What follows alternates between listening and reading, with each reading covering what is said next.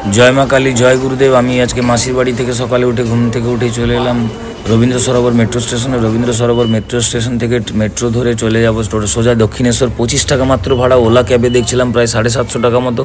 তারপরে মাসির ছেলে আইডিয়া দিল যে দাদা মেট্রো করে চলে যায়। মেট্রো করে খুব তাড়াতাড়ি আমি পৌঁছে গেলাম দক্ষিণেশ্বর মন্দিরে। দক্ষিণেশ্বর মন্দিরে মেট্রো করে আসার একটা সুবিধা হলো, না কোনো ট্রাফিক আছে না কোনো কিছু আছে, একদম টাইমের সাথে পৌঁছে গেলাম। খুব অল্প সময়ে দক্ষিণেশ্বর পৌঁছে গেলাম। দক্ষিণেশ্বর মেট্রো স্টেশনের ভিতরে বিভিন্ন ফাস্ট ফুডের আইটেম পাওয়া যাচ্ছে, চকলেট বিভিন্ন স্ন্যাক্স আইটেমও রয়েছে। তো এগুলোকে পুরোপুরিভাবে অ্যাভয়েড, কারণ আমি মায়ের পুজো দেবো আগে, তারপরে যা খাওয়ার খাবো। মাসির বাড়ি থেকে 1 গ্লাস শরবত খেয়ে বেরিয়েছিলাম। তো এবারে আমরা মন্দিরে যাওয়ার জন্য আমি তো নেই, আমি একাই আছি। রানী রাসমণি স্কাই ওয়াক ধরেই হেঁটে যাবো। রানী রাসমণি স্কাই ওয়াকের একটা হাঁটার একটা আলাদাই ফিলিংস, ওটার লুকটাও আলাদা, খুব সুন্দর লাগে। মানুষজন এখানে খুবই ফটোও তোলাতুলি করেন। তো আমিও বউকে নিয়ে যেবারে এসেছিলাম আমরাও ফটো তুলেছিলাম, কিন্তু আজকে আমার ফটো তুলে দেওয়ার মতো কেউ নেই। তো রানী রাসমণি স্কাই ওয়াক ধরে আমরা যাব দক্ষিণেশ্বর টেম্পলে। দক্ষিণেশ্বর টেম্পলে আমি পৌঁছে যাব। কিন্তু আজকেই প্রথমবার মন্দিরে আমি এলাম, আমি একা এসেছি। প্রত্যেকবারে কারোর না কারোর সাথে আসতাম, বিশেষ করে আমার দাদা থাকতো আমার সাথে। দাদা থাকলেই ব্যাপারটা একটু অন্যরকম হয়। তো বিভিন্ন রকম কেনাকাটা শপিং আলাদা একটা মনের মধ্যে একটা আলাদা ফুর্তি থাকে। তো আজকে আমি শুধু মাত্র মায়ের দর্শন করাটা আমার অনেক ইচ্ছে ছিল। কলকাতা বহুবার মাল করতে এসেছি, বহুবার জিনিসপত্র কেনাকাটা করতে এসেছি, কিন্তু দক্ষিণেশ্বর আসতে পারিনি। আর দাদার সাথে ব্যবসার সূত্রে দাদার সাথে সময় হয়ে ওঠে না, তাই নিজেই একা একা চলে এলাম। কালকে রাত্রে সমস্ত কাজ কমপ্লিট করে দিয়ে মাসির বাড়িতে ব্যাগপত্র রেখে দিয়ে আমি চলে এলাম দক্ষিণেশ্বর মন্দিরে।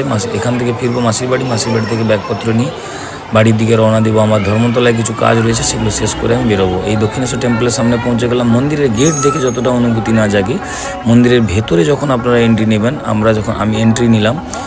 মন্দিরের ভেতরে এন্ট্রি নেওয়ার পরে রামকৃষ্ণ পরমহংসদেবের যে রাইট হ্যান্ড সাইডে যে ফটোটা দেওয়া আছে, যত মত ততপদ লিখে ওনার বাণীটা যে দেওয়া আছে, তো উনি যে রামকৃষ্ণ পরমহংস, যিনি গদাই ঠাকুর হিসেবে পরিচিত ছিলেন রানী রাসমণির কাছে, তো ওনার ব্যাপারটা ওনার একটা আলাদা রকম ফিলিংস আমাদের মধ্যে আছে। কারণ আমরা পুরো এন্টায়ার ফ্যামিলি মিলে রানী রাসমণি যখন সিরিয়ালটা দেখতাম, তখন সেখান থেকে পুরো ডিটেলসটা পেয়ে গেছিলাম যে মন্দির কিভাবে হলো, রানী রাসমণি মায়ের মন্দির করতে করতে কী সমস্যা উনি ফেস করেছিলেন, কিভাবে ফাইট করে উনি মন্দির করেছিলেন, বা মা ওনার উপর কিভাবে কৃপা করেছিলেন।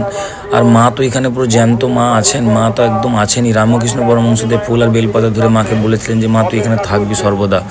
তো মায়ের দিব্য রূপ এখানে দক্ষিণেশ্বর টেম্পলে আছে। দক্ষিণেশ্বর মন্দির থেকে দক্ষিণেশ্বরে এই গেটের ভেতরে ঢোকার পরে শুধু মায়ের কথা আর গদাই ঠাকুরের কথা আর বিবেকানন্দর কথা ছাড়া কারোর কথাই মনে আসে না। মনে হয় যেন যদি আরও যদি কিছুটা বছর পিছিয়ে আমাদের জন্ম হতো, তাহলে হয়তো ওই টাইমটার ওই মুনি ঋষিদের সাথে সাধু সন্তদের সাথে দেখা হতে পারতো।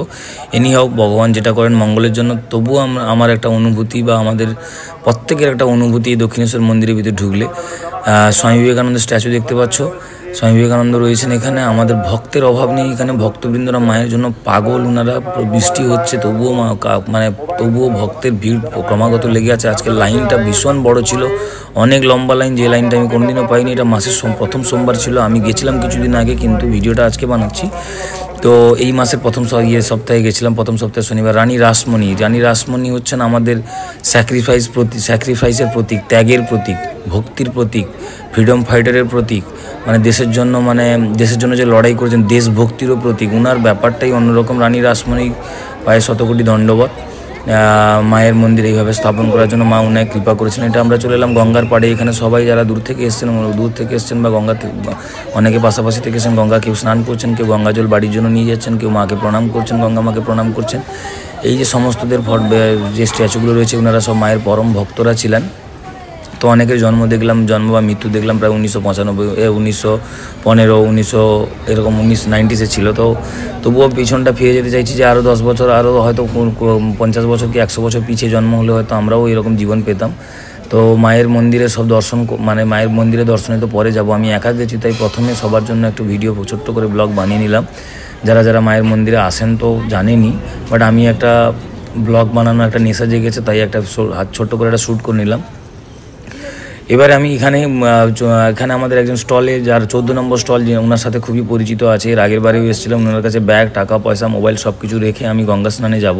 গঙ্গা স্নানে যাওয়ার জন্য আমি তো তেমন কোনো প্রিপারেশন আনিনি, খালি হাতে এসেছি। মাথায় পাগড়িটা খুলবো, পাগড়ি পরবো।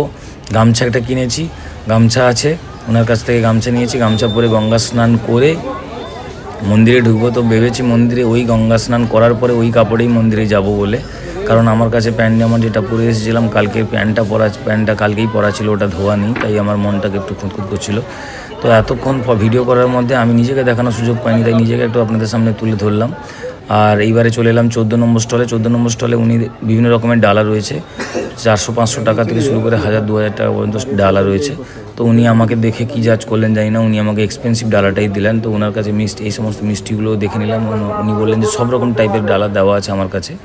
তো এরপরে আমি যাব মন্দিরে যেন লাইন দেওয়ার জন্য। মন্দিরে লাইন দেওয়া, পুজো দেওয়া সমস্ত কিছু কমপ্লিট হয়ে গেছে। এরপরে বেরিয়ে পড়েছি আমি ধর্মতলার জন্য। ওলা ক্যাব করে বুক করে বসে যাচ্ছি, বৃষ্টি হচ্ছে বলে এখান থেকে ডিরেক্ট ক্যাব করে নিলাম।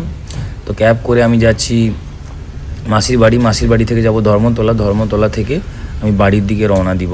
তো এই ছিল আমার দক্ষিণেশ্বর যাওয়ার রাস্তা। জয় মা কালী, জয় গুরুদেব, মা সবার মঙ্গল করুক এই প্রার্থনা করি মায়ের কাছে। আপনারা সবাই দক্ষিণেশ্বর অবশ্যই